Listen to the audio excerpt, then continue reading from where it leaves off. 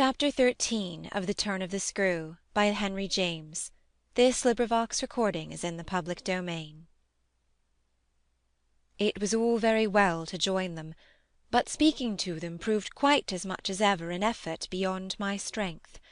Offered in close quarters difficulties as insurmountable as before. This situation continued a month, and with new aggravations and particular notes, the note above all sharper and sharper of the small ironic consciousness on the part of my pupils. It was not, I am as sure to-day as I was sure then, my mere infernal imagination. It was absolutely traceable that they were aware of my predicament, and that this strange relation made, in a manner, for a long time, the air in which we moved. I don't mean that they had their tongues in their cheeks, or did anything vulgar, for that was not one of their dangers. I do mean, on the other hand, that the element of the unnamed and untouched became, between us, greater than any other, and that so much avoidance could not have been so successfully effected without a great deal of tacit arrangement. It was as if, at moments, we were perpetually coming into sight of subjects before which we must stop short, turning suddenly out of alleys that we perceived to be blind, closing with a little bang that made us look at each other. For, like all bangs, it was something louder than we had intended. The doors we had indiscreetly opened. All roads lead to Rome, and there were times when it might have struck us that almost every branch of study or subject of conversation skirted forbidden ground. Forbidden ground was the question of the return of the dead in general, and of whatever in especial might survive in memory of the friends little children had lost. There were days when I could have sworn that one of them had, with a small invisible nudge, said to the other, "She thinks she'll do it this time, but she won't." To do it would have been to indulge, for instance, and for once in a way, in some direct reference to the lady who had prepared them for my discipline. They had a delightful, endless appetite for passages in my own history, to which I had again and again treated them. They were in possession of everything that had ever happened to me, had with every circumstance the story of my smallest adventures, and those of my brothers and sisters, and of the cat and the dog at home, as well as many particulars of the eccentric nature of my father, of the furniture and arrangement of our house, and of the conversation of the old women of our village. There were things enough, taking one with another, to chatter about, if one went very fast and knew by instinct when to go round. They pulled with an art of their own the strings of my invention and my memory, and nothing else, perhaps, when I thought of such occasions afterward, gave me so much the suspicion of being watched from under cover. It was, in any case, over my life, my past, and my friends alone that we could take anything like our ease, a state of affairs that led them sometimes without the least pertinence to break out into sociable reminders. I was invited, with no visible connection, to repeat afresh Goody Gosling's celebrated mot, or to confirm the details already supplied as to the cleverness of the vicarage pony. It was partly at such junctures as these, and partly at quite different ones, that, with the turn my matters had now taken, my predicament, as I have called it, grew most sensible. The fact that the days passed for me without another encounter ought, it would have appeared, to have done something towards soothing my nerves.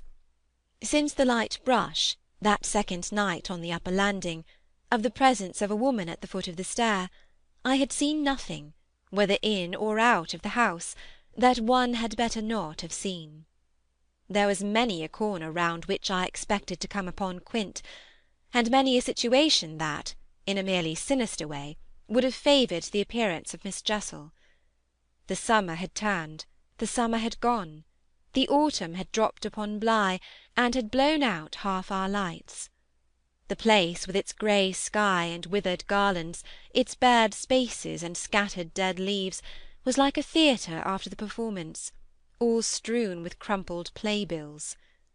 There were exactly states of the air, conditions of sound and of stillness, unspeakable impressions of the kind of ministering moment that brought back to me, long enough to catch it, the feeling of the medium in which that June evening out of doors I had had my first sight of Quint, and in which too at those other instants I had, after seeing him through the window, looked for him in vain in the circle of shrubbery.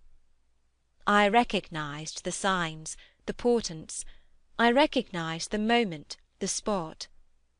But they remained unaccompanied and empty, and I continued unmolested. If unmolested one could call a young woman whose sensibility had, in the most extraordinary fashion, not declined, but deepened.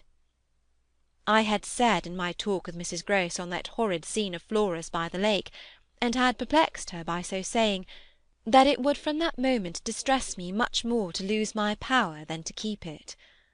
I had then expressed what was vividly in my mind, the truth that, whether the children really saw or not, since, that is, it was not yet definitely proved, I greatly preferred, as a safeguard, the fulness of my own exposure. I was ready to know the very worst that was yet to be known. What I had then an ugly glimpse of was that my eyes might be sealed just while theirs were most opened. Well, my eyes were sealed, it appeared, at present, a consummation for which it seemed blasphemous not to thank God. There was, alas, a difficulty about that. I would have thanked him with all my soul, had I not had in a proportionate measure this conviction of the secret of my pupils. How can I retrace to-day the strange steps of my obsession? There were times of our being together when I would have been ready to swear that, literally, in my presence, but with my direct sense of it close, they had visitors who were known and were welcome.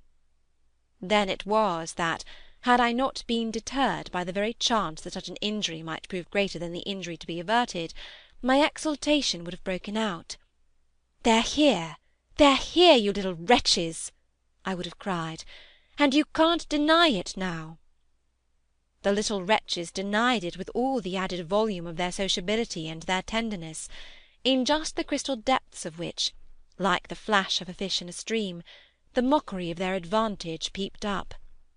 The shock, in truth, had sunk into me still deeper than I knew on the night when, looking out to see either Quint or Miss Jessel under the stairs, I had beheld the boy over whose rest I watched, and who had immediately brought in with him, had straightway there turned it on me, the lovely upward look with which, from the battlements above me, the hideous apparition of Quint had played. If it was a question of a scare, my discovery on this occasion had scared me more than any other, and it was in the condition of nerves produced by it that I made my actual inductions. They harassed me so that sometimes at odd moments I shut myself up audibly to rehearse, it was at once a fantastic relief and a renewed despair, the manner in which I might come to the point. I approached it from one side and the other, while in my room I flung myself about, but I always broke down in the monstrous utterance of names. As they died away on my lips, I said to myself that I should indeed help them to represent something infamous, if, by pronouncing them, I should violate as rare a little case of instinctive delicacy as any schoolroom probably had ever known. When I said to myself, "They have the manners to be silent, and you, trusted as you are, the baseness to speak," I felt myself crimson, and I covered my face with my hands. After these secret scenes I chattered more than ever, going on volubly enough, till one of our prodigious palpable hushes occurred, I can call them nothing else, the strange dizzy lift or swim, I try for terms, into a stillness, a pause of all life, that had nothing to do with the more or less noise that at the moment we might be engaged in making, and that I could hear through any deepened exhilaration, or quickened recitation, or louder strum of the piano. Then it was that the others, the outsiders, were there. Though they were not angels, they passed, as the French say, causing me, while they stayed, to tremble with the fear of their addressing to the younger victims some yet more infernal message or more vivid image than they had thought good enough for myself. What it was most impossible to get rid of was the cruel idea that, whatever I had seen, Miles and Flora saw more, things terrible and unguessable, and that sprang from dreadful passages of intercourse in the past. Such things naturally left on the surface for the time a chill, which we vociferously denied that we felt; and we had, all three with repetition, got into such splendid training that we went each time almost automatically to mark the close of the incident through the very same movements. It was striking of the children, at all events, to kiss me inveterately, with a kind of wild irreverence, and never to fail, one or the other, of the precious question that had helped us through many a peril. "When do you think he will come? Don't you think we ought to write?" There was nothing like that inquiry, we found by experience, for carrying off an awkwardness. He, of course, was their uncle in Harley Street, and we lived in much profusion of theory that he might at any moment arrive to mingle in our circle. It was impossible to have given less encouragement than he had done to such a doctrine, but if we had not had the doctrine to fall back upon, we should have deprived each other of some of our finest exhibitions. He never wrote to them. That may have been selfish, but it was a part of the flattery of his trust of me; for the way in which a man pays his highest tribute to a woman is apt to be but by the more festal celebration of one of the sacred laws of his comfort, and I held that I carried out the spirit of the pledge given not to appeal to him, when I let my charges understand that their own letters were but charming literary exercises. They were too beautiful to be posted. I kept them myself. I have them all to this hour. This was a rule indeed which only added to the satiric effect of my being plied with the supposition that he might at any moment be among us. It was exactly as if my charges knew how almost more awkward than anything else that might be for me. There appears to me, moreover, as I look back, no note in all this more extraordinary than the mere fact that, in spite of my tension and of their triumph, I never lost patience with them. Adorable in truth they must have been, I now reflect, that I didn't in those days hate them. Would exasperation, however, if relief had longer been postponed, finally have betrayed me? It little matters, for relief arrived. I call it relief, though it was only the relief that a snap brings to a strain, or the burst of a thunderstorm to a day of suffocation.